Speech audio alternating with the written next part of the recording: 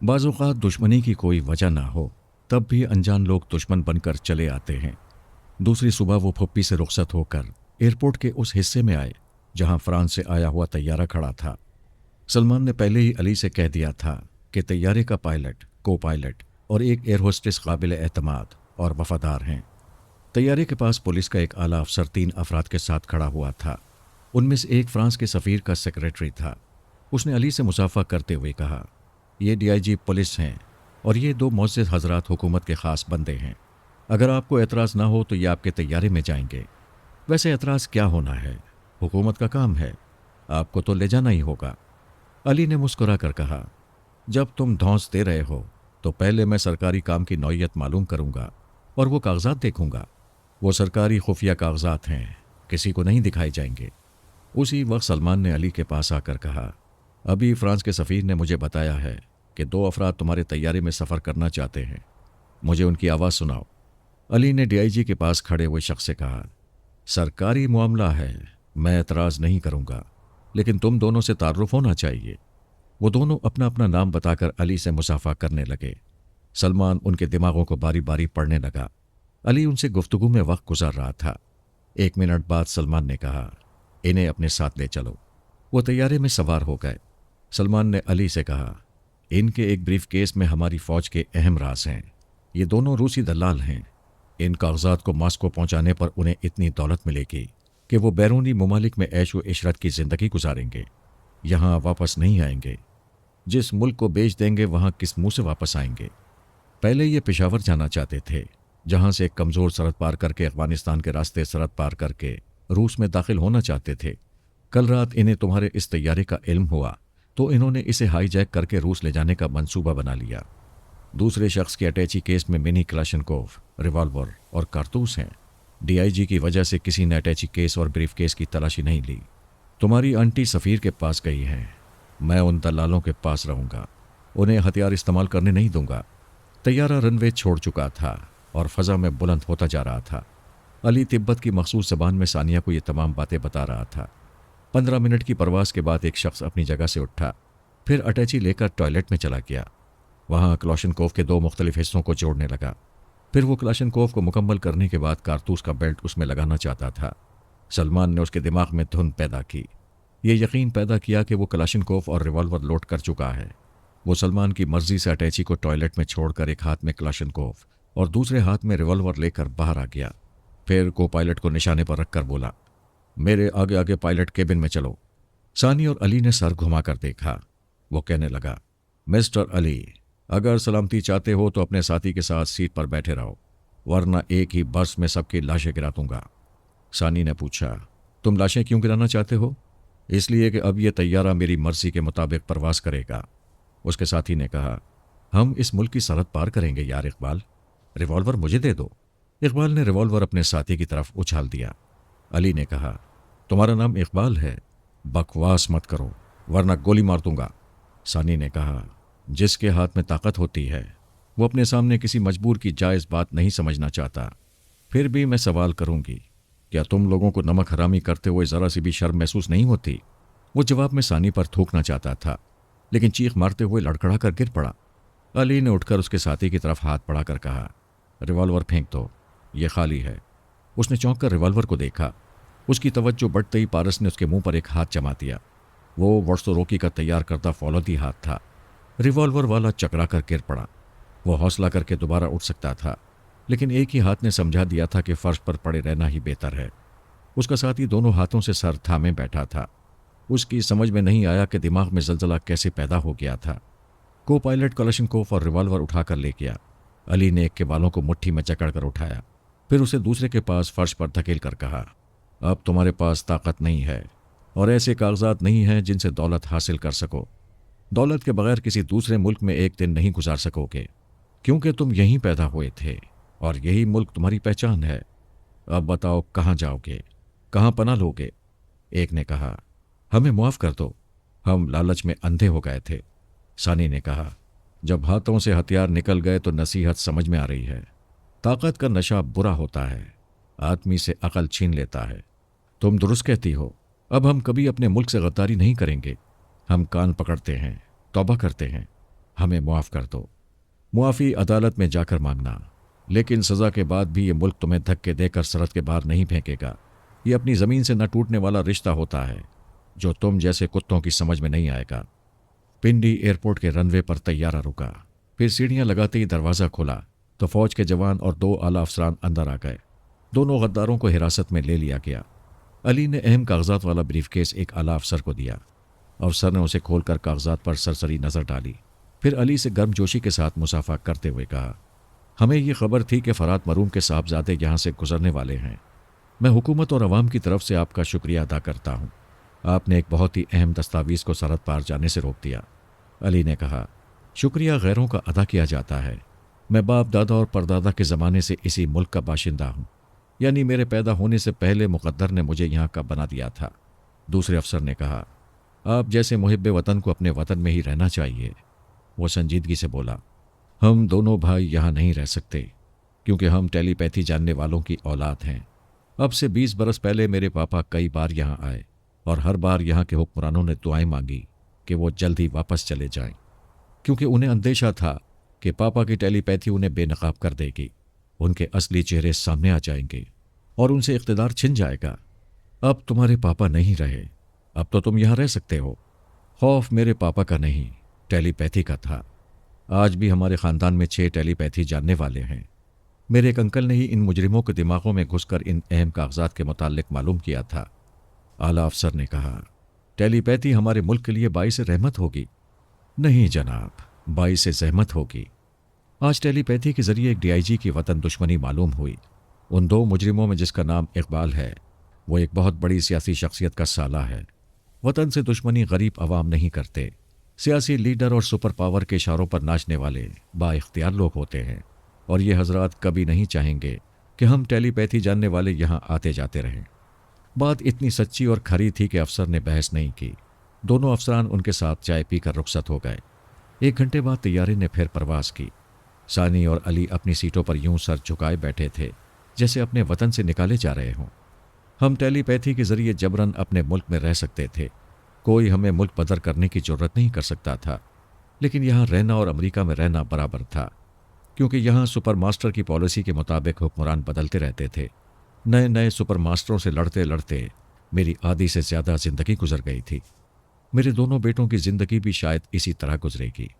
पाकिस्तान में रहकर मास्कमैन और सुपर मास्टर से लड़ने के ज़राए बिल्कुल नहीं हैं। फ्रांस की हुकूमत हमारे लिए ख़जानों का मुंह खोल देती थी। पुलिस, फौज, हेलीकॉप्टर्स, तैयारों और जदीद तरीन हथियारों से हमारी मदद करती है और हमसे दोस्ती निभाते वक्त किसी सुपर पावर के दबाव में नहीं आती। लिहाजा जो जंग हमें यहाँ रहकर लड़ना चाहिए वो हम फ्रांस में रहकर लड़ते हैं। जो हजरात ये हकीकत समझ नहीं पाते वो शिकायत करते हैं कि फराज साहब इस मुल्क में क्यों नहीं आते। भाई, नहीं आ सकता। कभी तकदीर ही लाए तो लाए, क्योंकि तकदीर की जोर आवरी के सामने टेलीपैथी भी दम नहीं मारती। मेरा बेटा और मेरी होने वाली बहू यहाँ से निकल गए। तैयारा तिब्बत के रूट पर परवास कर रहा था। सानी ने एशिया का नक्शा निकालकर सामने फैलाया। हिमालय पहाड़ के दूसरी तरफ तिब्बत नज़र आ रहा था। वैसे ये मुल्क नक्शे में ही नज़र आता है। अगर रख्ते सफ़र बांधकर वहाँ पहुँचना और उसे आंखों से देखना चाहें तो ये सब के लिए मुमकिन नहीं है। ये बैनुल अक़वामी परवास के रास्ते पर नहीं है। बेशतर सैयाह खुसूसी फ़्लाइट से जाते हैं। खुश्की के रास्ते नहायत दुश्वार गुजार हैं। चूँकि वहाँ तक पहुँचना दुश्वार हो जाता है, इसलिए वो इलाका सारी दुनिया के लिए पुरस्कार है, और ये इस कदर बुलंदी पर है कि उसे दुनिया की छत यानी रूफ ऑफ द वर्ल्ड कहा जाता है। तैयारा खासी बुलंदी पर परवास कर रहा था। खिड़की के पार कराकरम के बुलंद पहाड़ नज़र आ रहे थे जो बर्फ़ से ढके हुए थे। सानी ने और अली ने गर्म लिबास पहन लिए थे। को पायलट ने बताया कि वो 1 घंटे बाद तिब्बत के दारुल सल्तनत लासा पहुँचेंगे।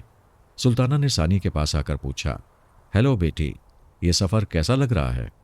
वो मुस्कुराकर कहने लगी, मम्मी, वंडरफुल जर्नी है। यूं लग रहा है जैसे मैं ख्वाबों और ख्यालों की दुनिया में परवास कर रही हूँ। बेटी, मशरिक़ यूं भी ख्वाबों की सरजमीन है। मगरिब से वहाँ जाने वालों पर सहर सा तारी हो जाता है। फिर तिब्बत तो बेहद पुरस्कार इलाका है, जादू नगरी कहलाता है। मैं ये बताने आई हूँ कि फ़्रांस की हुकूमत की जानिब से तिब्बत के हाकिम को तुम दोनों की आमद की इत्तला दे दी गई है। दारुल सल्तनत लासा में सरकारी तौर पर तुम्हारा इस्तकबाल होगा और तुम्हारी हैसियत शाही मेहमान की होगी। ओ मम्मी, ये अच्छा नहीं हुआ। हम आज़ाद नहीं रहेंगे। शाही तकल्लुफात में घिर जाएंगे। हम जहां जाएंगे हमारे आगे पीछे शाही गार्ड्स रहा करेंगे। सानी ने यह बात अली को बताई। अली ने सुल्ताना को अपने दिमाग में बुलाया, फिर कहा, आंटी किसी किस्म की भी मेहमान नवाजी हमें उलझा देगी। हम आम सयाहों की तरह उस साहिर आज़म सासान टोकरा तक पहुंचना चाहते हैं। आप तिब्बत के दलाई लामा हाकिम से माजरत कर लें, उन्हें समझाएं कि किसी मजबूरी के बायस हम सरकारी सतह पर नहीं आएंगे, वहां के आम लोगों में रहेंगे। सुल्ताना चली गई। 15 मिनट बाद सलमान ने आकर कहा, बेटे तुम दोनों फ्रांस की हुकूमत की तरफ से वहां जा रहे हो, लिहाजा दलाई लामा ज़रूर शाहाना इस्तकबाल करेगा। थोड़ी पाबंदी बर्दाश्त कर लो। वैसे भी तुम्हें दारुल सल्तनत में एक ही रात गुजारना है, दूसरी सुबह वहां से सैकड़ों मील दूर तिलिस्म कदे की तरफ रवाना हो जाओगे। दारुल सल्तनत लासा में तुम दोनों के लिए फ्रांस का हेलीकॉप्टर पहुंच गया है। अली ने सानी को देखा, फिर कहा, ठीक है अंकल, हम एक रात के लिए दलाई लामा के मेहमान बन जाएंगे। तैयारा मुकर्ररा वक्त पर लासा पहुंच गया। शाही महल की एक गाड़ी एयरपोर्ट के रनवे पर उन्हें लेने आई थी। इसके अलावा मुसल्लह सिपाहियों की गाड़ियां आगे पीछे थीं। एक गाड़ी से 2 अफराद बाहर आ गए। एक शख्स सूट पर ओवरकोट पहने हुए था, दूसरा मकामी लिबास में था। उन्होंने सानी और अली से मुसाफा किया। सूट वाले ने मकामी लिबास वाले की तरफ इशारा करते हुए कहा, मिस्टर अली, ये दलाई लामा के सेक्रेटरी हैं। ये लोग अंग्रेज़ी ज़बान नहीं जानते। मैं इनकी मकामी ज़बान में होने वाली गुफ्तगू का तर्जुमा आपको सुनाया करूँगा। सानी और अली ने यह जाहिर नहीं किया कि वो मकामी ज़बान जानते हैं। वो दोनों कार की पिछली सीट पर आ गए। सूट वाला स्टीयरिंग सीट पर आ गया, उसके साथ वाली सीट पर सेक्रेटरी बैठ गया। फिर वो महल की तरफ जाने लगे। सेक्रेटरी अकबनुमा आईने में सानी को देख रहा था। उसने सूट वाले से कहा, मिस्टर जूडी, मेहमानों को अच्छी तरह समझा दो, ये लामाओं और साहिरों का मुल्क है। इस जवान ने अपने साथ एक हसीन दोशीज़ा को लाकर गलती की है। बेहतर है इसी तैयारे से लड़की को वापस भेज दे। मकामी ज़बान का तर्जुमा करने वाले जूडी ने कहा, मिस्टर अली, यहाँ कुछ ऐसे शैतान जादूगर हैं जो हसीन लड़कियों को गायब कर देते हैं। हमारे दलाई लामा को यह मालूम नहीं था कि तुम्हारे साथ आने वाली इस कदर हसीन होगी। लामा मिस सानी को देखकर परेशान हो जाएगा।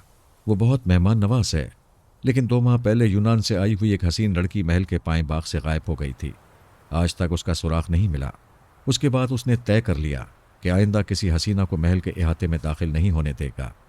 जबकि तुम दोनों खास मेहमान हो और वो मिस सानी की मेज़बानी से इनकार करके हुकूमत फ़्रांस को नाराज़ नहीं करना चाहेगा। अली ने पूछा, तो फिर आप क्या चाहते हैं? हमारे लामा को परेशानी से बचाओ और मिस सानी को अभी वापस भेज दो। सॉरी, ये मेरी निस्फ बेहतर है। ये जाएगी तो मैं निस्फ रह जाऊंगा।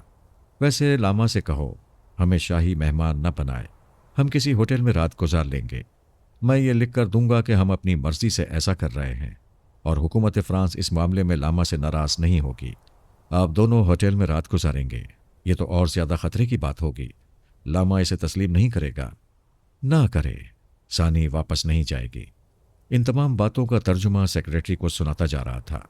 सेक्रेटरी ने पीछे सर घुमाकर अली को देखा, फिर जूडी से कहा, ऐसा लगता है ये जवान इस हसीन लड़की से बेजार है और जानबूझकर किसी शैतान जादूगर को उसे उठा ले जाने की दावत दे रहा है। जूडी ने कहा, मैं क्या कह सकता हूँ, इसका फैसला लामा ही करेंगे। वो गाड़ियां महल के अहाते में दाखिल हो गईं और मुसल्ला सिपाहियों की 2 कतारों के दरमियान से गुजरती हुई महल के बैरूनी दरवाजे के करीब रुक गईं। अंधेरा हो चला था। बर्फबारी के बाइस रास्ते भी सुनसान थे। उन्होंने रास्ते में किसी मकामी औरत को नहीं देखा था। उनकी गाड़ी रुकते ही महल के दरवाजे से मकामी औरतें अपने मखसूस रंगीन लिबास में फूलों के हार लेकर आ गईं। सानी और अली गाड़ी से बाहर आ गए। उन पर फूलों की बारिश होने लगी। 2 लड़कियों ने उन्हें हार पहनाए। वो तमाम औरतें मोटी भद्दी सी थीं या फिर दुबली पतली और नाजुक सी। उनकी नाक चपटी और आंखें बटन जैसी छोटी छोटी सी थीं। ये औरतें आधी रात को भी कहीं तन्हा जातीं तो कोई उन्हें उठाकर ले जाना गवारा ना करता। वो कनीज़ें सानी और अली को अपने दरमियान लेकर कोई गीत गाती हुई महल में आ गईं। एक दरबारनुमा हॉल में ऊंची मसनद पर दलाई लामा बैठा हुआ था। वो शायद इसी तरह शाहाना अंदाज में बैठता था, लेकिन सानी का हुस्न व जमाल देखते ही एक झटके से उठकर खड़ा हो गया। फिर कनीज़ों से कहने लगा, खामोश हो जाओ, यहाँ से चली जाओ। वो चली गईं। दलाई लामा अपने सेक्रेटरी और जूडी से मुकामी ज़बान में सानी की आमद के खिलाफ बोलने लगा। सानी और अली समझ रहे थे, लेकिन अनजान बने हुए थे। थोड़ी देर बाद जूडी ने कहा, मिस्टर अली, हिज हाइनेस फरमाते हैं कि उनके खिलाफ बड़ी साजिशें हो रही हैं। 6 माह में बैरूनी ममालिक से आने वाली 3 हसीनाएं गायब हो चुकी हैं। उन ममालिक ने हमसे सिफारती ताल्लुकात तोड़ने और माली इमदाद बंद करने की धमकी दी है। हिज हाइनेस के दुश्मन उन्हें इख्तिदार से हटाने के लिए ऐसी हरकतें कर रहे हैं। अगर मिस सानी को भी अगवा किया गया तो फ्रांस जैसा बड़ा मुल्क हिज हाइनेस से नाराज हो जाएगा। अली ने कहा, मैं इस बात की जमानत देता हूं कि खुदा न खास्ता सानी को कुछ हुआ तो हिज हाइनेस पर कोई इल्ज़ाम नहीं आएगा, लेकिन हमारा फैसला अटल है कि हम होटल में रहें या महल में, साथ ही रहेंगे। जूडी ने दलाई लामा को हमारा फैसला सुना दिया। वो मजबूर होकर कहने लगा, ये होटल में ही रहेंगे तो इल्ज़ाम आएगा कि मैंने मेहमान नवाजी से इनकार किया। अगर इनकार ना करता और ये होटल ना जाते तो ये हसीना अगवा ना होती। बेहतर है ये दोनों महल में रात गुजारें। मैं मुसल्ला गार्ड्स के साथ खुद जाकर पहरा दूंगा। सानी और अली को उसी महल में एक शानदार कमरा रहने के लिए दे दिया गया। उन्होंने कमरे में आकर दरवाजे को बंद किया। सलमान ने आकर कहा, मैं अब तक दलाई लामा और उसके सेक्रेटरी के चोर ख्यालात पढ़ रहा था। ये दोनों साजिशी नहीं है। कोई दलाई लामा को इख्तिदार से हटाने की साजिश कर रहा है। साजिश वही करेगा जो उसके बाद इख्तिदार में आएगा। यहाँ का दस्तूर है कि बेटा 25 बरस का हो जाए और बाप मर जाए तो वो अपने बाप की जगह दलाई लामा बनेगा। मौजूदा दलाई लामा का बेटा अभी 24 बरस का है। ऐसी सूरत में दलाई लामा की मौत पर या उसके इख्तिदार से हटने के बाद भाई को इख्तिदार मिलता है। मौजूदा दलाई लामा का एक भाई है, वही साजिश के जरिए यहाँ का हुक्मरान बन सकता है। क्या आप उसके भाई के दिमाग तक पहुँचेंगे? वो दारुल सल्तनत में नहीं है और उसका बेटा कहीं शिकार खेलने गया है। दलाई लामा की सोच ने बताया है कि उसका बेटा अय्याश है, शराब और शबाब का रसिया है। चूंकि अकलौता है इसलिए बाप सख्ती नहीं करता, सिर्फ जबान से समझाता रहता है। अय्याश बेटा हसीन लड़कियों को अगवा करा सकता है। महल के चोर रास्ते उसे मालूम होंगे। बेशक उस पर यकीन की हद तक शुबा किया जा सकता है। मजबूरी यह है कि मैं फ़िलहाल दलाई लामा के बेटे और भाई की आवाज़ भी नहीं सुन सकूंगा, ना उनके ख्यालात पढ़ सकूंगा। कोई बात नहीं, आप आराम करें। यहाँ अगवा की वारदात उस वक्त होगी जब मैं चाहूँगा, यानी आधी रात के बाद। क्या कह रहे हो? क्या तुम चाहते हो कि मेरी बेटी को अगवा किया जाए? क्या आप परेशान हो गए? नहीं, बेटी जब मर्दों की तरह ज़िंदगी गुजार रही है तो उसे बड़े नशेब व फराज से, बड़े मसाइब से गुजरते रहना होगा। मैं चाहता हूँ कोई दूसरा रास्ता इख्तियार करो। मुजरिमों तक पहुँचने का यही रास्ता है। सानी को ले जाने वाले मकामी ज़बान बोलते होंगे। आप उनके दिमागों में जगह बना सकेंगे, उनके खुफिया अड्डे तक मेरी रहनुमाई कर सकेंगे। बेटे अली, जिस मकसद के लिए आए हो उसके लिए सुबह यहाँ से रवाना हो जाओ। यहाँ जो लोग अगवा करते हैं उनसे हमें क्या लेना है? दुनिया के हर मुल्क में, हर शहर में मुजरिम हैं। तुम कितनों को बेनकाब करके सज़ा दिलाओगे? अंकल, मैं अपने बाप के नक्शे कदम पर चल रहा हूँ। हम ये हिसाब नहीं करते कि दुनिया में कितने मुजरिम हैं। हम उन्हीं मुजरिम से दो दो हाथ करते हैं जो हमारी राह गुजर पर दिखाई देते हैं। आपको बेटी के अगवा होने का खौफ है। प्लीज़ उन बेटियों के लिए भी दर्द पैदा करें जो हमारे जाने के बाद यहाँ से अगवा की जाने वाली हैं। मैं बहस नहीं करना चाहता। ये बताओ किस वक्त आऊँ? ठीक 12 बजे। सलमान दिमागी तौर पर हाजिर होकर सुल्ताना से बोला, फराद भाई के दोनों बेटे ज़िद्दी और गुस्ताख हैं। अली तो एक बाप के जज्बात को समझना ही नहीं चाहता। आखिर हुआ क्या है? वो अगवा करने वाले मुजरिमों के सामने मेरी बेटी को चारा बना रहा है। सुल्ताना ने कहा, आपके मुंह में सिर्फ एक बाप की ज़बान है। वो सलमान वास्ती कहाँ है जिसने बाबा फरीद वास्ती के ज़ेर साया परवरिश पाई? उस इदारे में बहुत से उलूम और हुनर सिखाने के साथ इंसानियत की खातिर जान की बाजी लगाने की नसीहत की जाती है। क्या सिस्टर सोनिया, आला बीबी, मरजाना और पोमी वगैरह ने बारहा जान और इज्जत की बाजी नहीं लगाई? तुम्हें अपनी बेटी उन जांबाज औरतों से बरतर और अफजल क्यों लग रही है? सलमान ने दोनों हाथों से सर थाम कर कहा, मैं अपने मोहसिन आज़म बाबा फरीद वास्ती मरूम की तालीमात को नज़रअंदाज कर रहा हूँ। बहुत गुनाहगार बन रहा हूँ, मगर क्या करूँ? बेटी का बाप हूँ। बेटी जवान होकर अपने शौहर की हो जाती है। सच पूछो तो मुझे ये सोचकर भी शर्म आती है कि अभी उनकी शादी नहीं हुई, निकाह नहीं पढ़ाया गया और वो दिन रात साथ रहते हैं। सुल्ताना ने कहा, मैं औरत हूँ, दूसरी औरत के बारे में मुझे भी तजस्सुस रहता है। मैं कई बार सानी के दिमाग में जाकर बातें करती रही और बातों के दौरान उसकी लाइल्मी में चोर ख्यालात पड़ती रही। उसके ख्यालात में कोई चोर नहीं, उसके दिमाग में दूर दूर तक गुनाह का तसव्वुर नहीं। और अली जैसा शरीफ और संजीदा जवान मैंने पहली बार देखा है। वो दोनों एक उसूल को मानते हैं और वो ये कि हर काम अपने मुनासिब वक्त पर होना चाहिए। नामुनासिब अमल गुनाह और जराइम की तरफ ले जाता है। वो सलमान के शाने पर हाथ रख कर बोली, सानी यहाँ से दुपट्टा ओढ़ कर गई है, उसे वापस आने दो, मैं उसके आंचल पर नमाज पढ़ूंगी, फिर तुम्हें। वो बोला, बस करो सुल्ताना, तुम्हारे यकीन मोहकम ने मेरे दिल और दिमाग से गर्द साफ कर दी है। मुझे अपनी गैरतमंद बेटी और होने वाले दामाद की शराफत पर नाज है। अब मैं वहाँ के वक्त के मुताबिक 12 बजे उनके पास जाऊंगा। महल के एक आरास्ता बेडरूम में वो दोनों तन्हा थे। उन्होंने दलाई लामा के इसरार पर बराए नाम कुछ खाया था, फिर उस बेडरूम में आकर दरवाजे को अंदर से बंद कर दिया था। बाहर बर्फबारी जारी थी, अंदर गजब की सर्दी थी। ऊनी लिबास पहनने के बावजूद भी सर्दी लग रही थी। अली ने घड़ी देखकर कहा, 8:20 हुए हैं। अगर हम 3 घंटे की नींद पूरी करें तो 11:30 बजे बेदार हो जाएंगे। सानी ने तायद की, ठीक है, हम थोड़ी देर सोने के बाद ताज़ा दम हो जाएंगे। वो दोनों शाहाना तर्ज के पलंग पर आ गए। एक पलंग पर न अली को झिझक हुई, न सानी को शर्म आई, क्योंकि उन्होंने झिझकने और शर्माने वाली कोई हरकत अब तक नहीं की थी। दो दोस्त एक बिस्तर पर सोते हैं, लिहाजा वो भी लेट गए। बिस्तर सर्द था। थोड़ी देर बाद बिस्तर की सतह उनके वजूद की गर्मी से गर्मा जाती, लेकिन उन्हें सर्दी सताती रहती और गर्मी पुकारती रहती। उन्होंने अपने ऊपर कंबल डाल लिया। चारों शाने चित होकर अपने अपने हाथ अपने अपने सीनों पर रख लिए। सानी ने कहा, ए खुदा, ये ज़रूरी नहीं कि हर औरत अपने महबूब को तहजीब की जन्नत से निकलवाए। मेरे मालिक, मुझे ऐसी औरत न बना, मेरी हया के आईना को सलामत रख। अली ने कहा, ए रब्बे करीम, मेरी सानी मुझे बहुत अजीज़ है, मुझे इसके साथ इंसान रहने दे, हमारे किरदार में पुख्तगी दे। जब तक तेरे हुक्म के मुताबिक और शरीयत के मुताबिक हमारा निकाह ना हो, हम अपनी शर्म और किरदार की पुख्तगी को बरकरार रखें। तू दुआओं का सुनने वाला और गुमराही से बचाने वाला है। ऐसी शदीद सर्दी में एक दूसरे के बदन की आंच महसूस होती है। ख्वाहिशात धूम मचाती हैं, एक दूसरे को अपनी तरफ खींचती हैं। ऐसे में दुआ काम नहीं आती, लेकिन जो दुआ के साथ दवा भी करते हैं उनका ईमान कभी नहीं डगमगाता। सानी और अली ने दुआ के बाद दवा की, अपनी आंखें बंद कर लीं, अपने अपने दिमाग को हिदायत दी कि वो पूरे 3 घंटे तक गहरी नींद में डूबे रहेंगे। अगर नींद के दौरान कोई गैर मामूली बात हो या ख्वाबगाह में कोई कदम रखे तो फौरन ही आँख खुल जाए। वो बचपन से दिमाग को हिदायत देकर सोने और जागने के आदी थे। आधे मिनट के अंदर ही उन्हें नींद आ गई। अब शैतान भी उन्हें नहीं जगा सकता था। न सानी को अपने मर्द की गुर्बत से बहका सकता था और न ही अली को सानी के हुस्न व शबाब से भड़का सकता था। ये सच है कि शैतान का दाव हर इंसान पर नहीं चलता। अगर चलता तो हमारी दुनिया में शैतानी शैतान होते। कोई सच्चा और खरा इंसान नज़र नहीं आता। मेरे वो सुनने वाले जो किसी हद तक मुस्तकिल मिजाज हैं और अच्छी क़ुव्वत इरादी के मालिक हैं, वो अपने बच्चों पर यह नुस्खा आजमाएं।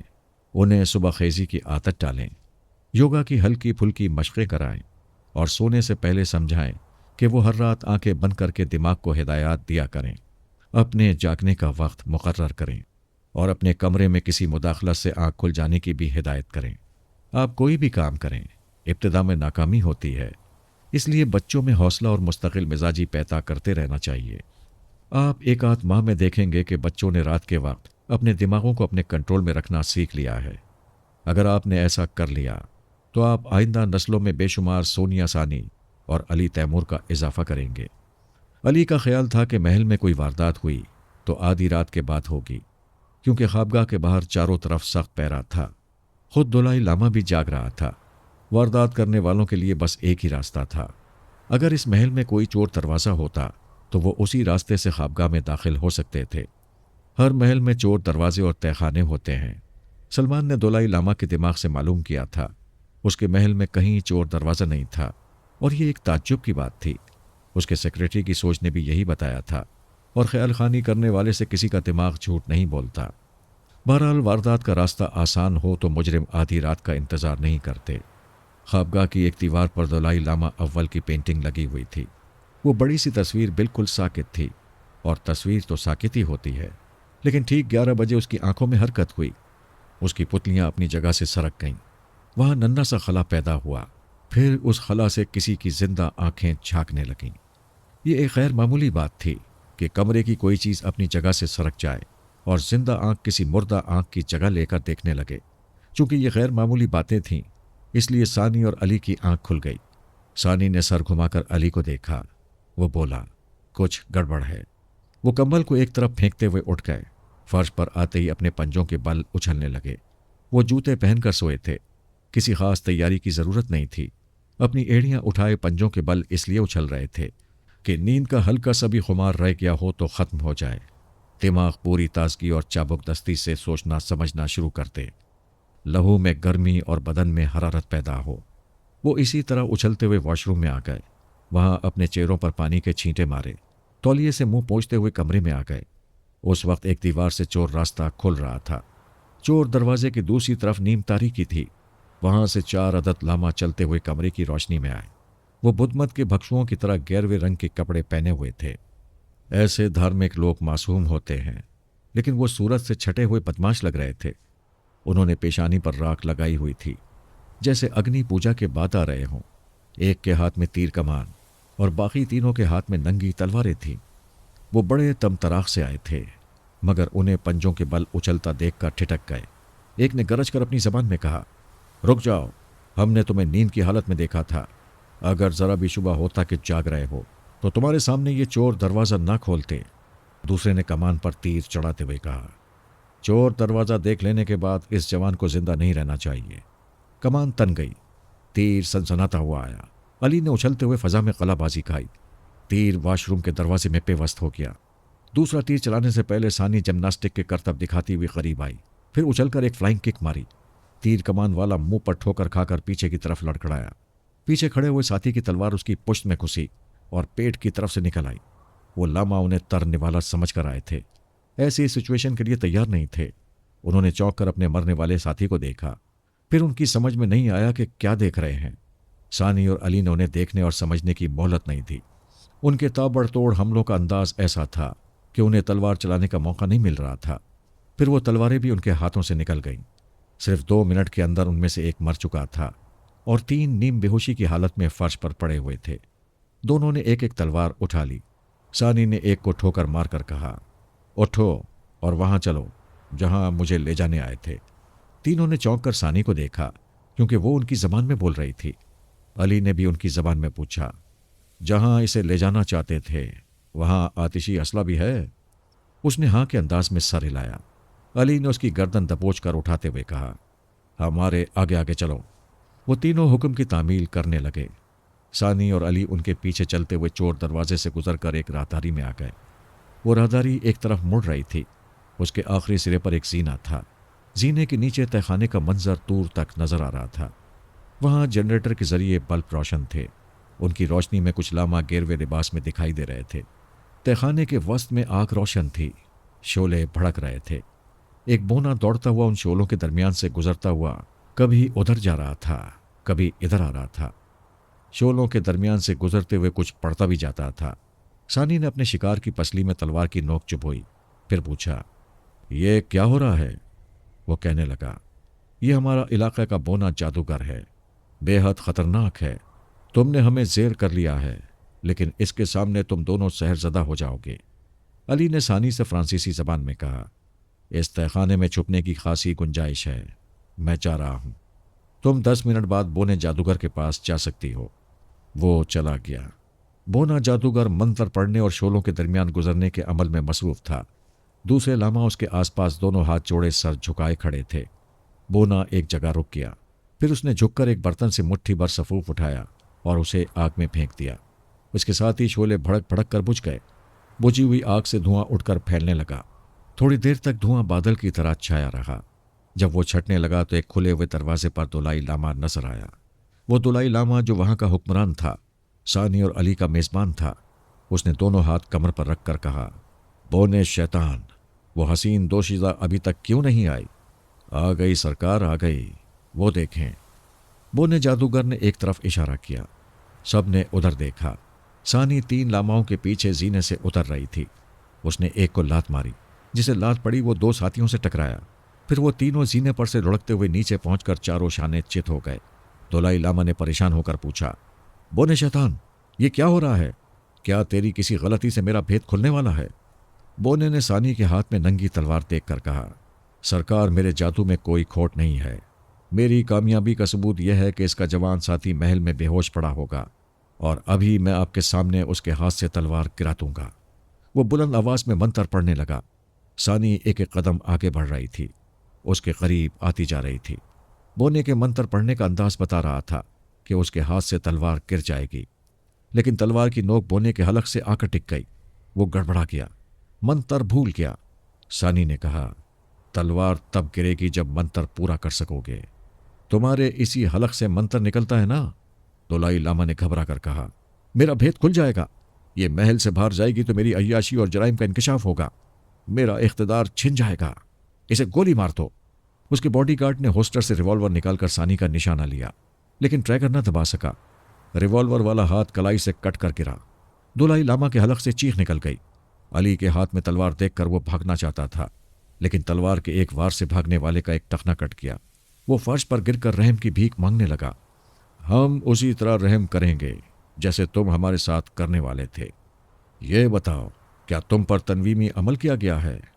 दुलाई लामा ने तकलीफ से कर्राते हुए कहा, मैं नहीं जानता तनवीमी अमल क्या होता है। मुझे मालूम था तुम्हारे खानदान के लोग टेलीपैथी जानते हैं, किसी के भी दिमाग में घुस जाते हैं। इस बोने जादूगर ने मुझ पर कुछ अमल किया था और यकीन दिलाया था कि मेरे चोर ख्यालात कोई पढ़ नहीं सकेगा। यही वजह थी कि सलमान उसके दिमाग में पहुंचकर भी उसके चोर ख्यालात नहीं पढ़ सका था। सानी ने बोने से पूछा, दलाई लामा का बेटा और भाई कहाँ हैं? बोने ने दलाई लामा से नजरें चुराते हुए कहा, बेटा भी बाप की तरह अय्याश है, कहीं शिकार खेलने गया है। जब बैरूनी ममालिक से कोई हसीन लड़की आती है तो दलाई लामा मुझे हुक्म देता है कि मैं उसके भाई पर अमल करूं। मेरे जादू से उसके भाई नीम पागल हो जाता है। अली ने उसे बताया कि उसका भाई दलाई लामा अय्याश और चालबाज है। वो बाहर से आने वाली हसीनाओं से खेलने के लिए खुद मासूम बनकर अपने बेकसूर भाई को दुनिया की नज़रों में मशकूक बनाता है। 12 बज गए थे। सलमान ने अपने वक्त पर आकर देखा तो बाजी पलट चुकी थी। उसने अली से पूछा, यह क्या हो गया? क्या दलाई लामा मुजरिम है? जी हाँ, आप जरा मालूम करें, यह अय्याश शैतान लड़कियों को अगवा करके कहाँ छुपाता है? सलमान ने दलाई लामा के पास आकर उसकी सोच पढ़ी। वो सोच के लिहाज से मासूम था, जो हकीकत सामने आ गई थी दिमाग उसका एतराफ़ नहीं कर रहा था। सलमान ने कहा, उल्लू के पट्टे, अब समझ में आया। तेरे दिमाग के एक हिस्से को लॉक किया गया है, इसलिए मैं तेरे चोर ख्यालात नहीं पढ़ पाया था। अब मैं मुकफ़िल हिस्से का ताला खोलूंगा। ये कहते ही उसने दिमाग में जलजला पैदा किया। वो तकलीफ की शिद्दत से हलक फाड़ फाड़ कर चीखने लगा। जलजले में सब कुछ तहस नहस हो जाता है, फिर ताला कैसे न टूटता। दिमाग के चोर खाने से उसका कच्चा चट्टा बाहर आने लगा।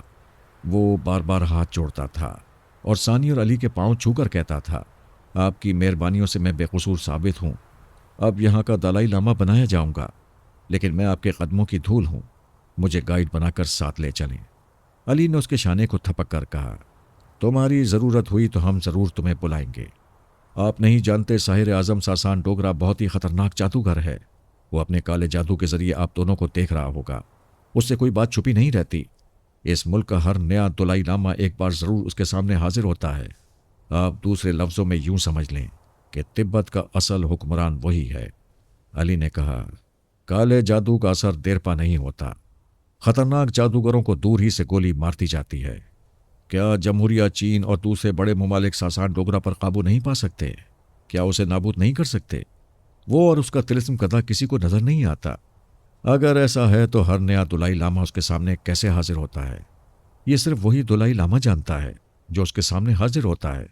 गैर मुल्की जासूस इतना ही देखते हैं कि दुलाई लामा कार के अंदर जाता है।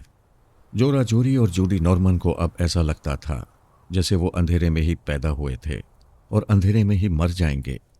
उस तारीख कमरे में पता नहीं कितने दिन, कितने हफ्ते और कितने महीने गुजर गए थे।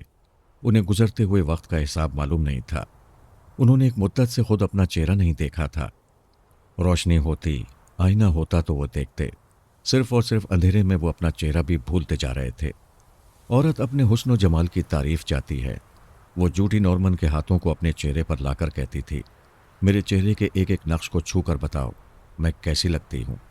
वो एक अंधे की तरह छू कर उसकी तारीफ़ें करता और वो एक अंधी की तरह खुश हो जाती थी। इस तारीख कैद खाने में आने से पहले वो मर्दों से बेजार थी। किसी को बॉयफ्रेंड नहीं बनाती थी, किसी से शादी नहीं करना चाहती थी। इस अजीब व गरीब कैद खाने में आकर वो जूडी नॉर्मन को दोस्त बनाने पर मजबूर हो गई थी। मजबूरी ने एक साथी की गुर्बत से आशना किया तो वो दिलो जान से उसे चाहने लगी। शायद इस चाहत में भी मजबूरी थी, क्योंकि अंधेरी चार दीवारी में चाहने और चाहे जाने के लिए और कुछ नहीं था। वो वक्त गुजारने के लिए कभी कभी ख्याल खानी करते थे, किसी दोस्त या रिश्तेदार के दिमागों में पहुंच जाते थे, फिर उनके जरिए दूसरों के अंदर भी जगह बना लेते थे, मगर कुछ हासिल नहीं होता था। वो किसी को अपनी मदद के लिए बुला नहीं सकते थे। उन्हें दिन की रोशनी में देखकर सोचते थे, सूरज कैसे चमकता होगा, दिन की रोशनी कैसी होती है, क्या हम कभी दोबारा रोशनी देख सकेंगे। वो तारीकी के इस कदर आदी हो गए थे कि रोशनी में उनकी आंखें दुखने लगतीं।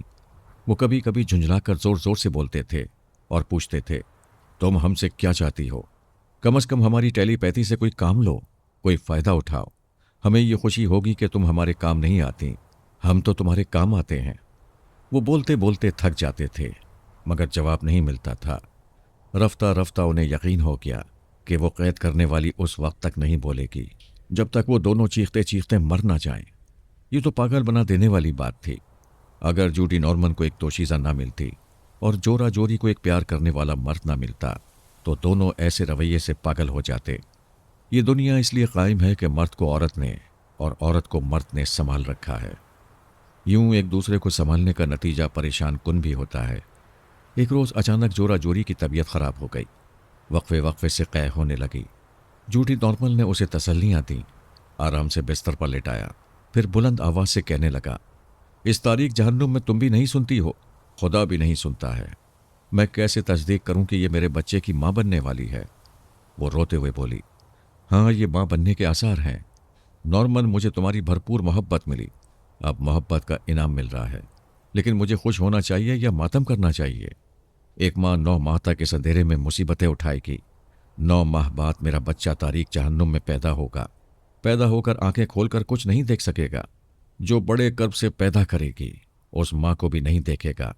हाय, मैं कैसी माँ हूं, हाय वो कैसा बच्चा होगा। वो धाड़े मार मार कर रोने लगी। वो बोलती भी जा रही थी और रोती भी जा रही थी। नॉर्मन उसे तसल्ली नहीं दे रहा था, उससे अलग होकर सर झुकाए बैठा था। ऐसे वक्त आंसू पोंछो तो और ज्यादा उमड़ आते हैं, हमदर्दी करो तो और ज्यादा कलेजा फटने लगता है। इसलिए वो खामोश था। ये भी सोच रहा था कि उन्हें कैद करने वाली एक औरत है। शायद ऐसी हालत में जोरा जोरी की आहोजारी उस औरत को मुतासिर करते।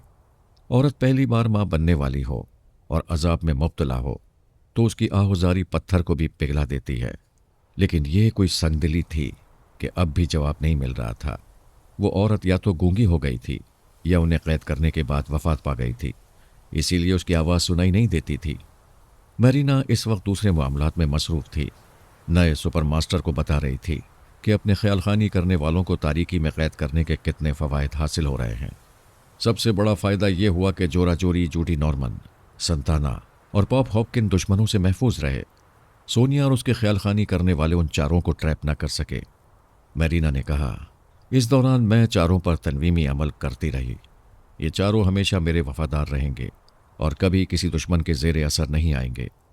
सुपर मास्टर ने कहा, जब तुम्हें इनकी फर्माबरदारी पर पूरा भरोसा है तो इन्हें तारीकी से निकालो, इन्हें मुल्क और कौम के लिए इस्तेमाल करो। बेशक मैं सबसे पहले हॉपकिन को आज़ाद करूंगी। वो मेरा मामूल बनने से पहले भी मुहिब्बे वतन था और आज भी है। मिस मैरीना, हमें कई मामलात में ख्याल खानी करने वालों की ज़रूरत है। प्लीज़ उन्हें हमारे मुल्क वापस ले आएं। ठीक है, मैं पहले आजमाइश के तौर पर हॉपकिन को यहाँ से रवाना कर दूंगी। वो दिमागी तौर पर हाजिर हो गई। उधर कई दिनों से वो खुद को बहुत ज़्यादा मसरूफ़ रखने लगी थी। अपने जहन को भटकने से रोकना चाहती थी और जहन था कि मौका मिलते ही पारस की तरफ उड़ने लगता था। वो समझना चाहती थी कि उसके लिए ऐसी दीवानगी क्यों है, आखिर उसमें क्या बात है। अगर उसकी ज़िंदगी में पारस ना आता, कोई दूसरा आता, तब भी यही दीवानगी होती? हरगिज़ नहीं। तज्जिया करने से बात समझ में आ गई। वो गैर मामूली था, दुनिया के तमाम लोगों से मुख्तलिफ था, जहरीला था, सांप था। एक मुलाकात के बाद दूसरी मुलाकात के लिए ना टूटने वाला नशा छोड़ जाता था। दरअसल वो दीवानी नहीं थी, नशे की आदी हो गई थी। वो सोचते सोचते सर को झटक कर जैसे होश में आ गई, वरना मदहोश होने वाली थी। आईना देखा तो चेहरा तमतमा रहा था, आंखें नशीली हो गई थीं। अगरचे पारस से मुलाकात करने में दुश्वारी नहीं थी, वो उसके दिमाग में पहुंच सकती थी, जहां चाहती वहां उसे बुला सकती थी। लेकिन दीवानगी में भी बला की जहानत से सोचती थी। नहीं, मुझे अपने जज्बात पर काबू होना चाहिए। मुकाबला सोनिया से है। वो समझ रही है कि उसने डमी का फरेब देकर असल पारस को तारीख कैद खाने से आज़ाद करा लिया है, और मैं मुतमईन हूं कि असल पारस आज़ाद होकर भी ज़हनी तौर पर मेरा ताबेदार है। अगर मैं इतनी जल्दी तन्हाई में उससे कहीं मिलने जाऊंगी तो सोनिया के आदमी मुझे घेर लेंगे। लिहाजा सब्र से पारस के दिमाग में आते हुए सोनिया की मसरूफियात को समझते रहना चाहिए। उसने पारस की तरफ से ध्यान हटाने के लिए ख्यालखानी की परवास की और हॉपकिन के अंदर पहुंच गई। वो योगा का माहिर पराई सोच की लहरों को महसूस कर लेता था। चूंकि मैरीना का मामूल था, इसलिए उसे महसूस न कर सका। वो कहने लगी, हेलो पॉल। उसने चौंक कर पूछा, कौन? मरीना तुम हो? हाँ, मैं हूं। उस बदबख्त शिल्पा ने तुम्हें भी किसी तारीख कमरे में कैद कर दिया है। वो हंसते हुए कहने लगी, पॉल, मैंने तुम चारों कैदियों से झूठ कहा था। मैं कैदी नहीं हूं और न ही शिल्पा ने तुम लोगों को कैद किया है। हॉपकिन ने कहा, हाँ, समझ गया। अभी तुम मेरे दिमाग में आई और मैंने तुम्हें महसूस नहीं किया। तुमने मुझे अपना मामूल और ताबेदार बना लिया है। ठीक समझ रहे हो। अब तुम्हें मुझ पर गुस्सा आएगा। एक मामूल और ताबेदार के गुस्से की अहमियत होती है। बोलो, क्या हुक्म है मेरी मालिका? वो हंसते हुए कहने लगी, मैं मालिका नहीं, तुम्हारी दोस्त हूँ। तुम्हारी हुब्बुल वतनी के बाइस तुम्हारी कदर करती हूँ। कदर भी करती हो, गुलाम भी बनाती हो। अभी तुम आज़ाद हो जाओगे, लेकिन आज़ादी के लिए चंद शराइत हैं। तुम अपना नाम और अपनी शख्सियत तब्दील करोगे। चेहरा प्लास्टिक सर्जरी के जरिए तब्दील होगा ताकि सोनिया का या हमारे मुल्क का कोई आदमी तुम्हें न पहचाने। मैंने तुम चारों पर तनवीमी अमल किया, तारीख कैद खाने में रखा। मैं दुश्मन नहीं हूं। अपने ख्यालखानी करने वालों को उस मक्कार चुड़ैल से बचाने का यही एक रास्ता था। तुम्हारी बातें मेरे दिल को लग रही हैं, लेकिन यह तस्दीक लाजमी है कि तुम वाकई हमारे मुल्क और हमारी कौम के लिए ऐसा कर रही हो। मेरे दिमाग में आओ और नए सुपर मास्टर के दिमाग में पहुंचो। फिर आला हुक्काम और फौज के आला अफसरान के पास जाओ, तस्दीक हो जाएगी। उसने पॉल हॉपकिन को सुपर मास्टर के पास पहुंचा दिया। फिर कहा, मैं संताना से मिलकर आती हूं। वो तारीख कमरे के दूसरे कैदी के पास जाना चाहती थी। फिर जाने कैसे औरत के दिल ने औरत की तरफ खींच लिया। वो जोरा जोरी के पास आई तो हैरान रह गई। मैरीना ने यह कभी सोचा ही नहीं था कि जोरा जोरी और नॉर्मन को मोहब्बत में गिरफ्तार करने का ये नतीजा होगा। उनकी तहजीब के मुताबिक नतीजा बुरा नहीं था। बच्चा पैदा होने के बाद भी वो शादी करते तो उनका कानून और माशरा खुश रहता। दरअसल बुरा यह हुआ था कि बच्चे की बुनियाद तारीकी में पड़ रही थी। तिब्बी नुक्ता नज़र से बच्चे में कोई खराबी पैदा हो सकती थी। उसने फैसला किया कि बच्चे की माँ को फौरन रोशनी में आकर जिंदगी गुजारना चाहिए। फिर वो कहने लगी, जोरा जोरी, दिल और दिमाग से तमाम परेशानियां निकाल दो। तुम नॉर्मन के साथ 1 घंटे के अंदर अंदर आज़ाद हो जाओगी। जोरा जोरी एकदम से उठकर बैठ गई। नॉर्मन से कहने लगी, वो मेरे दिमाग में बोल रही है, कहती है हम आज़ाद हो रहे हैं।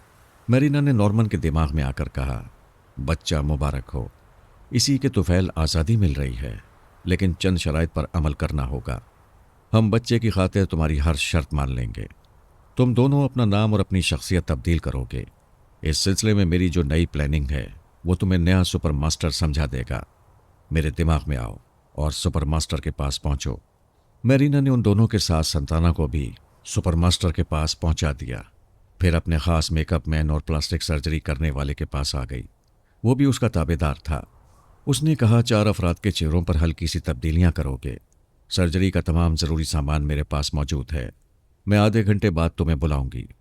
आधे घंटे तक वो चारों टेलीपैथी जानने वाले मामूल सुपर मास्टर से ये प्लानिंग सुनते रहे कि किस तरह वो बिल्कुल आज़ाद रहकर अपने मुल्क में ज़िंदगी गुजारेंगे और अपने मुल्क की भलाई के लिए काम करते रहेंगे।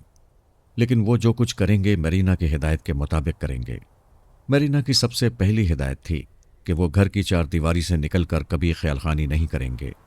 दुश्मन इतने चालाक होते हैं कि किसी के खामोश रहने के अंदाज से ख्यालखानी करने वाले को ताड़ लेते हैं। अक्सर टेलीपैथी जानने वाले पब्लिक मकामात में ख्यालखानी के बाइस दुश्मनों के शिकंजे में आ जाते हैं।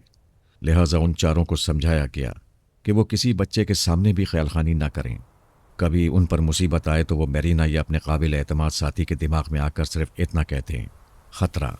इतना कहकर फ़ौरन दिमागी तौर पर हाजिर होने से किसी को उनके ख्यालखानी का शुबा नहीं होगा और उनकी मुसीबत दूर करने, उन्हें ख़तरे से निकालने के लिए मैरीना या कोई साथी उनके पास पहुंच जाएगा। दूसरी हिदायत यह थी कि मुल्की मामलात में मैरीना आला हुक्काम या सुपर मास्टर से अहकामात हासिल करेगी। अगर उन अहकामात पर अमल करने से हमारे ख्यालखानी करने वालों को नुकसान पहुंचता हो तो वो तामील से इनकार कर देगा। वो अपने चारों ख्यालखानी करने वालों की भलाई को मद्देनज़र रखकर उन्हें मुल्की मफादात के लिए इस्तेमाल करेगी। वो चारों अपने मुल्क और अपनी कौम से मोहब्बत करते थे और मेरीना का तरीक़ेकार बड़ा ही दानिशमंदाना था। उसकी हिदायत पर अमल करके वो सोनिया और उसके टेलीपैथी जानने वालों से महफूज रह सकते थे। सबसे बड़ी बात यह कि आज़ादी से ज़िंदगी गुजार सकते थे। लेकिन एक बात चारों को नापसंद थी कि वो उसके मामूल और ताबेदार बन गए थे। हर तरह आज़ाद होने के बावजूद एक औरत के गुलाम बन गए थे। मेरीना ने पहले जोरा जोरी के दिमाग पर कब्जा जमाकर उसे गहरी नींद सुलाया, फिर नॉर्मन को भी सुला दिया। उन्हें हुक्म दिया कि चेहरे पर सर्जरी के दौरान आंखें ना खोलें। जब तक मेरीना हुक्म ना दे वो बेदार नहीं होंगे। इसके बाद उसने तारीक कमरे को रोशन कर दिया। अपने ख़ास प्लास्टिक सर्जरी के माहिर को वहां पहुंचा दिया। उसकी मसरूफियात बढ़ गई थीं। बाद में हॉपकिन संताना के चेहरे भी प्लास्टिक सर्जरी के जरिए तब्दील किए गए। उन चारों को तारीक कमरों से इस तरह निकाला कि वो आइंदा कभी उस कैद खाने का सुराख न लगा सकें। उनके नए नाम नई शख्सियत के मुताबिक मुल्क की शहरियत के कागजात हासिल किए। तीनों को लंदन से रवाना किया। सिर्फ पॉप हॉपकिन रह गया। मेरीना ने कहा, जैसा कि मैं कह चुकी हूँ, तुम्हारी बहुत कदर करती हूँ, इसलिए तुमसे मुलाकात करना चाहती हूँ। रूबरू बैठकर कुछ अहम बातें करना चाहती हूँ। ये मेरी खुशकिस्मती है। टैक्सी में बैठो, दरिया के किनारे वाली सड़क पर आ जाओ। मैं विक्टोरिया होटल के कमरा नंबर 212 में हूँ। पॉप हॉपकिन अपने होटल से निकला, फिर एक टैक्सी में विक्टोरिया होटल पहुँच गया। दूसरी मंजिल पर पहुंचकर 212 नंबर के दरवाजे की कॉल बेल का बटन दबाया। अंदर से आवाज़ आई, कम ऑन। वो अंदर आ गया। वो हसीना एक सोफे पर बैठी हुई थी। दोनों की नज़रें मिलीं और वो कहने लगी, पहचाना मुझे? एक बार ट्रेनिंग सेंटर में देखा था, अब काफ़ी तब्दीली आ गई है। तब्दीली नहीं आई, दुश्मनों से महफूज रहने के लिए चेहरे पर हल्की सी तब्दीली की है। वो दूसरे सोफे पर बैठने जा रहा था। वो मुस्कुराकर बोली, मेरे सोफे पर काफ़ी गुंजाइश है। वो जवाबन मुस्कुराकर उसके पास आ गया, फिर बैठकर कहने लगा, तुम मेरी जितनी कदर करती हो उससे ज़्यादा मैं तुम्हें चाहता हूँ, तुम्हारी इज्जत करता हूँ। तुमने हम सबको दुश्मनों से महफूज रखकर अपने मुल्क के काम आने के लिए बड़ी दानिशमंदी और बेहतर हिकमत अमली का सबूत दिया है। पॉल, मैं किसी के रूबरू नहीं आती, किसी पर भरोसा नहीं करती। तुम्हारे सामने इसलिए आई हूँ कि तुम मुहिब्बे वतन भी हो और बड़ी सलाहियतों के मालिक भी। मैं तुम्हें अपने दस्ते रास बनाना चाहती हूँ। तुम मेरे दिमाग से अपने तनवीमी अमल का असर ख़त्म करके मुझे अपना दोस्त और दस्ते रास्त बना सकती हो। मुझ पर एक बार भरोसा करके देखो। सॉरी पॉल, मैंने कभी अपने बाप पर भी भरोसा नहीं किया। यही मेरी कामयाबी और मेरे उरूज का राज है। मेरा भी यही उसूल है, तुम मुझे आजमा कर देखो। तुमने मेरे सामने आने की हद तक मुझ पर एतमाद किया, अब दोस्त बनाकर भी देख लो। मैं तो ये कहूँगा कि हम शादी कर लें, उसके बाद एतमाद खुद ब खुद कायम हो जाएगा। शादी? वो खला में तकते हुए बोली, मैं शादी नहीं कर सकती। मेरे जिस्म जाँ का मालिक कोई और है। कौन है? कोई भी है, ये मेरा ज़ाती मामला है। तुम अपने ज़ाती मामले में आज़ाद हो, कोई तुम्हें रोकने टोकने वाला नहीं, और हम बज़ाहिर आज़ाद होते हुए भी तुम्हारे ग़ुलाम हैं और ग़ुलाम रहेंगे। ऐसा कहने के दौरान उसने एक छोटा सा चाकू छुपा कर निकाल लिया था, फिर अचानक ही उस पर हमला कर दिया। चाकू की नोक से उसके बाजू को ऊपर से नीचे चीरता चला गया। उस हसीना ने चीख मारकर बाजू को थाम लिया। उसके पास से उठकर वो दूर चली गई। पॉल हॉपकिन ने कहा, जितनी दूर चाहो चली जाओ, जब तक ये चाकू का जख्म तकलीफ देता रहेगा तुम ख्यालखानी नहीं कर सकोगी। मेरे दिमाग में आकर मुझे मजबूर नहीं बना सकोगी। वो तकलीफ से कर्राती हुई बोली, मैं अपने और तुम्हारे लिए और अपने मुल्क के लिए बहुत बड़ा काम करती आ रही हूँ। तुम्हें मुहिब्बे वतन समझकर बुलाया था, लेकिन तुमने मुझे कमज़ोर बनाकर अपने वतन को इन लम्हात में कमज़ोर कर दिया है। वो कहने लगा, मैं अपने मुल्क का आज़ाद शहरी हूँ, तुम्हारा ग़ुलाम बनकर नहीं रह सकता था। अब तुम्हारा तनवीमी अमल ना होने के बराबर है, क्योंकि मेरे दिमाग में नहीं आ सकोगी। मैं तुम्हारे दिमाग में आया करूँगा और तुम्हें अपनी मामूला बनाकर अपने साथ दूसरे मुल्क में ले जाऊँगा। बैठ जाओ, मैं तुम्हारे ज़ख्म की मरहम पट्टी कर दूँगा, लेकिन इससे पहले तुम्हारे दिमाग में आ रहा हूँ। उसने ख्यालखानी की परवाज़ की, फिर मेरीना के दिमाग में जाना चाहता था। उसने सांस रोक ली। वो हैरानी से बोला, तुम गहरे ज़ख्म के बावजूद पराई सोच की लहरों को महसूस करती हो और सांस रोक लेती हो? वो हंसते हुए कहने लगी, गधे के बच्चे, जिसे तूने ज़ख्म लगाया है वो मेरी एक आलायकार है। मैं उसकी ज़बान से बोल रही हूँ। मैं तुम्हारे जैसे कुत्तों पर भरोसा करके कभी सामने आने की हिमाकत नहीं कर सकती। वो परेशान होकर बोला, नहीं नहीं, तुम मुझे धोखा दे रही हो। मेरे सामने तुम ही हो, अभी यहां से बचकर जाना चाहती हो। मैं तुम्हें जाने नहीं दूंगा। उसने आगे बढ़कर उसकी गर्दन दबोच ली। उसी वक्त मेरीना ने दिमाग में जलजला पैदा किया। वो चीख मारकर दोनों हाथों से सर थाम कर संभलने की कोशिश करने लगा। मेरीना ने कहा, तुम मेरे मामूल और ताबेदार हो। मैं हुक्म देती हूं मेरी आलायकार की मरम पट्टी करके यहां से दफा हो जाओ। ये हुक्म देकर वो दिमागी तौर पर हाजिर हो गई। अब वो थक गई थी, कदरे मायूस हो गई थी।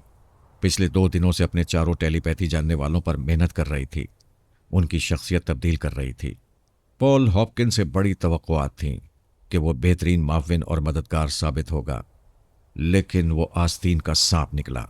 अपने दिमाग पर एक औरत की हुक्मरानी बर्दाश्त नहीं कर सकता था।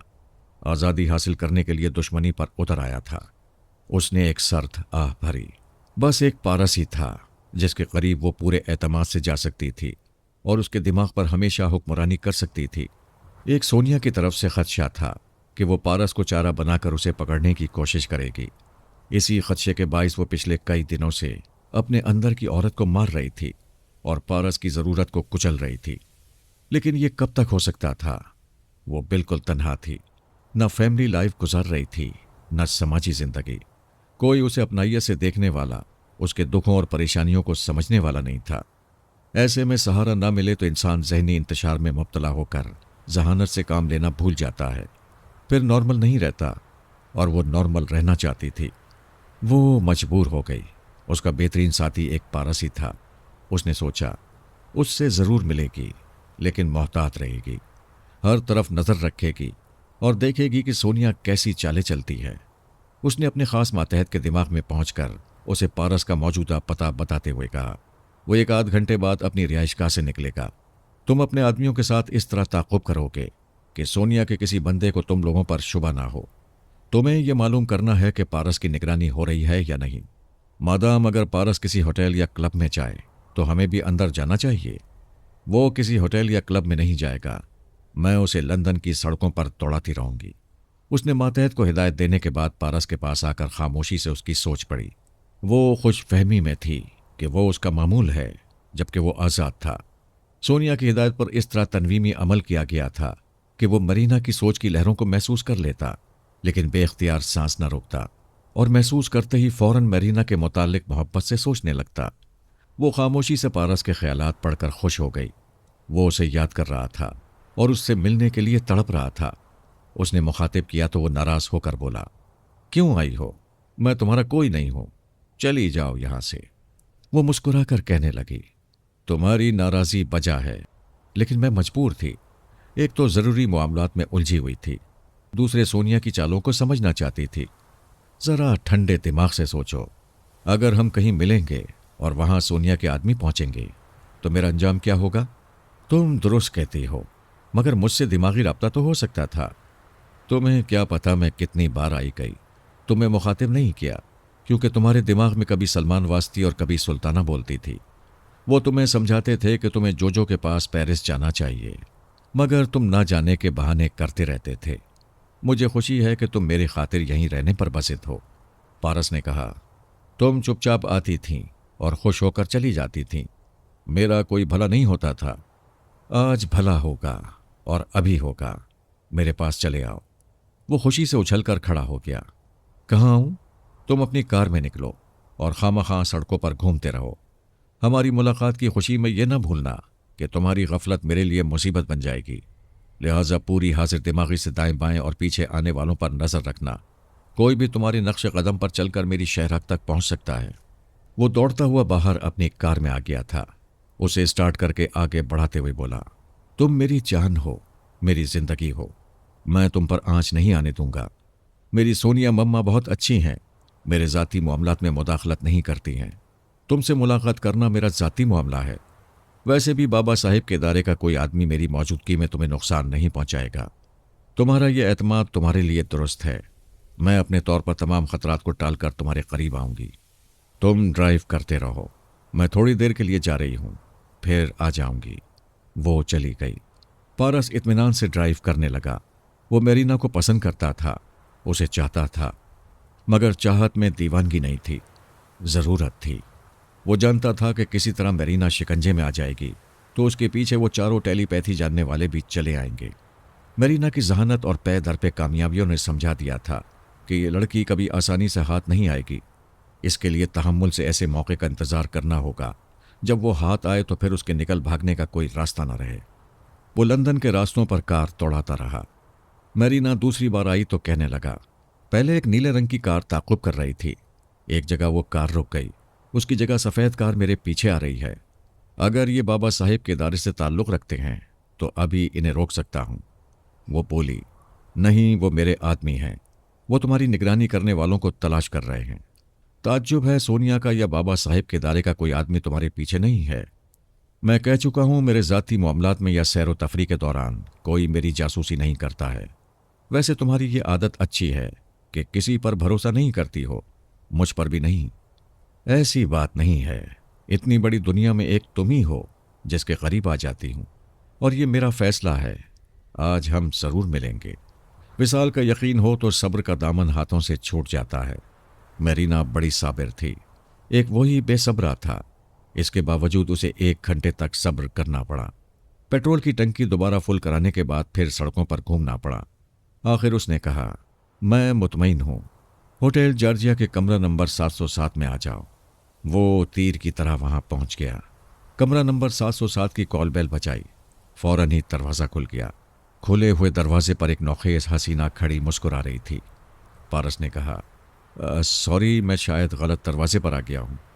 वो हाथ पकड़कर खींचते हुए बोली, ज़रा अकल से काम लो। क्या मैं असली सूरत में यहाँ नजर आऊंगी? पारस ने अंदर आकर दरवाजे को बंद किया। फिर कहा, ओ माई स्वीट मेरीना। वो आगे बढ़ना चाहता था, चौंक कर पलट गया। साइलेंसर लगे हुए रिवॉल्वर से फायर करके दरवाजे के लॉक को तोड़ा गया था। दरवाज़ा खुल गया था। खुले हुए दरवाजे के सामने वो जीन्स और जैकेट पहने खड़ी थी। उसके दाएं बाएं और पीछे मुसल्लह बॉडीगार्ड्स थे। वो कहका लगाकर बोली, इसे कहते हैं एक तीर से 2 शिकार, और शिकार भी क्या खूब। पारस भी, मेरीना भी। वो फिर कहका लगाकर अंदर आ गई। आने वाली सोनिया नहीं थी। एक ऐसी बला थी जो पारस की दोस्त थी, ना मेरीना की। और वो कोई नई बला नहीं थी, शिल्पा थी। उसके मुसल्लह मातहतों ने अंदर आकर दरवाजे को बंद कर दिया था। चूंकि फायर करके लॉक तोड़ दिया था, इसलिए दरवाज़ा बंद नहीं रह सकता था। एक मातहत उससे टेक लगाकर खड़ा हो गया। शिल्पा ने मरीना को देखकर कहा, तुम यकीनन मेकअप में हो। मैं तुम्हारा असली चेहरा खूब पहचानती हूँ, क्योंकि तुम्हारे जनरल अंकल की दाश्तार रह चुकी हूँ। फिर वो पारस को देखकर बोली, एक बार तुमने ऐसे ही एक होटल के कमरे में मुझे बेबस और मजबूर किया था। मैं तुमसे इंतकाम लेने आई थी। अचानक इंकिशाफ हुआ कि तुम मेरीना से मिलने जा रहे हो। जानती हो मेरीना, मुझे कैसे मालूम हुआ? मेरीना ने उसे सवालिया नज़रों से देखा। फिर बोली, मैं एक अजनबी ख्याल खानी करने वाली लड़की बनकर पारस को छेड़ना चाहती थी। ये अपने बाप की तरह अय्याश है। मैंने सोचा ये मुझे हासिल करने के लिए मचलेगा तो मैं इसे कहीं बुलाऊंगी और इसे जख्मी करके दिमागी तौर पर अपना गुलाम बना दूंगी। वो रिवॉल्वर को सहलाते हुए बोली, मज़ा आ गया। अभी मैं इसे छेड़ने के लिए इसके दिमाग में पहुंची तो इसने सांस नहीं रोकी, क्योंकि तुम वहां मौजूद थीं। इससे बोल रही थी, मैं मुतमईन हूँ। होटल जॉर्जिया के कमरा नंबर 707 में आ जाओ। मैंने तुम्हारी आवाज़ पहचान ली। मुकद्दर से 2 पके हुए फल मेरी झोली में आ रहे थे, इसलिए मैं चली आई। मेरीना ने कहा, शिल्पा, मैं तुमसे शदीद नफरत करती हूँ। तुम मेरे अंकल की दाश्ता बनकर हमारे तमाम टेलीपैथी जानने वालों के नाम और पते मालूम करती थीं और उनके दिमागों पर कब्जा जमा कर उन पर हुकूमत करना चाहती थीं। लेकिन हुकूमत करने के लिए जहानत और बेहतरीन हिकमत अमली की ज़रूरत होती है, और ये दोनों चीज़ें तुम्हारे पास नहीं हैं। अगर तुम्हारे पास अकल होती तो ये समझ लेती कि जब पारस और मरीना अलग अलग इतने ख़तरनाक होते हैं तो एक साथ होकर किस बला के ख़तरनाक होंगे। तुम्हें हमारे सामने खुद नहीं आना चाहिए था, अपने किसी आलाकार को भेजना चाहिए था। शिल्पा ने साइलेंसर लगे हुए रिवॉल्वर से निशाना लेकर कहा, मैं तुम्हें जख्मी करके तुम्हारे दिमाग में पहुंचूंगी तो। उसकी बात पूरी होने से पहले किसी ने बाहर से दरवाजे पर जोर की लात मारी। शिल्पा का जो मातहत दरवाजे से लगा खड़ा था वो वहां से उछलकर अपने साथियों पर आकर गिरा। वो दोनों साथी शिल्पा पर आ गिरे। इस अचानक उफ्ताद से शिल्पा भी तवाजुन कायम न रख सकी। औंधे मुंह गिरती हुई पारस के कदमों में आ गई। पारस ने उसके रिवॉल्वर पर पांव रखकर कहा, अपने आदमियों का अंजाम देखो। उसने फर्श पर पड़े पड़े सर घुमाकर अपने साथियों को देखा। लात मारकर दरवाज़ा खोलने वाले ने साइलेंसर लगे हुए रिवॉल्वरों से फायरिंग की थी। शिल्पा के मुसल्ला बॉडीगार्ड्स को संभलने का मौका नहीं दिया था। उनके फर्श से उठने तक हाथों और पैरों में गोलियां मारकर उनके हथियार गिरा दिए थे। मरीना ने कहा, तुम्हारे कुत्ते जख्मी हो गए, हथियार नहीं उठा सकेंगे। अब मैं तुम्हें जख्मी करके तुम्हारे दिमाग में पहुंचूंगी। ये मेरे आदमी हैं। बोलो, तुम्हें जख्मी किया जाए या मेरे लिए दिमाग का दरवाज़ा खोलोगी? पारस ने कहा, नहीं मरीना, तुम इसे ट्रैप ना करो। ये मेरी वाइफ जोजो की मामूला है, इसे जाने दो। वो हंसते हुए बोली, हाथ आए हुए शिकार को जाने दूं? नहीं पारस, जब मैंने तुम पर अमल करके तुम्हें अपना वफादार बनाया था तब मैंने तुम्हारे दिमाग से मालूम किया था शिल्पा अनजाने में जोजो की मामूला बन गई है। उसके बाद शिल्पा को आज़ाद छोड़ दिया गया है। जोजो इसे ज़रूरत के वक्त इस्तेमाल करना चाहती थी। मरीना बोलती हुई एक सोफे पर जाकर बैठ गई। फिर कहने लगी, पारस मेरी जान, मेरी जिंदगी, तुम मेरे वफादार हो। माकूल बात पर सरे तस्लीम खम कर लो, और वो माकूल बात यह है कि शिल्पा मेरे मुल्क की शहरी है। इसे मेरे मुल्क में टेलीपैथी सिखाई गई है। इसे सिर्फ मेरे मुल्क के काम आना चाहिए, इसलिए मैं इसे तारीख कैद खाने में रखकर इसका दिमाग दुरुस्त करूंगी। पारस को साबित करते रहना था कि वो मरीना का मामूल और ताबेदार है। शिल्पा ने मरीना के आदमी को देखा जो रिवॉल्वर से उसका निशाना लिए हुए था। सिर्फ हुक्म के मुंतजिर थे। वो गिड़गिड़ा कर बोली, मुझे जख्मी ना करो, मेरे दिमाग में आ जाओ। वो शिल्पा के अंदर आकर बोली, क्यों, मैंने ठीक कहा था ना कि इंसानी दिमागों पर हुकूमत करने के लिए जहानत और बेहतरीन हिकमत अमली की ज़रूरत होती है, और ये चीज़ें तुम्हारे पास नहीं हैं। हाँ, मैं मानती हूँ। अभी तुम्हारी बातों से पता चला है कि तुम ही टेलीपैथी जानने वालों को तारीख कैद खानों में रखती हो। मुझे दोस्त बना लो, मैं हमेशा तुम्हारी बरतरी तस्लीम करती रहूंगी।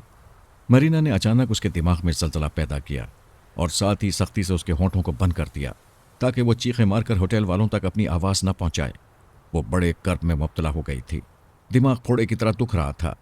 इंतहाई तकलीफ के वक्त चीखना चिल्लाना एक फितरी अमर है। चीखने और बैन करने के दौरान तकलीफ में नामालूम सी कमी होती है। ये जुल्म की इंतहा थी कि मरीना उसे चीखने की भी इजाज़त नहीं दे रही थी। उसने दूसरी बार दिमाग की झटका पहुंचाया तो वो अजियत बर्दाश्त न कर सकी, बेहोश हो गई। मरीना ने अपने आदमियों से कहा, इसे उठाकर बिस्तर पर डालो और जख्मियों की मरहम पट्टी करके यहां से भगा दो। वो हुक्म की तामील करने लगे। एक शख्स बाहर चला गया, फर्स्ट एड का सामान लाया। उनकी मरहम पट्टी इस तरह कर दी कि वो ऊपर से जख्मी नजर न आए। वो सब उन जख्मियों को हाँकते हुए वहां से ले गए। उस कमरे के बिस्तर पर शिल्पा को छोड़ गए। पारस ने कहा, सोचा था क्या और क्या हो गया। ये बिस्तर हमारे लिए था, मगर ये शिल्पा साहिबा आराम फरमा रही हैं। मरीना ने कहा, मेरे नसीब अच्छे भी हैं और बुरे भी।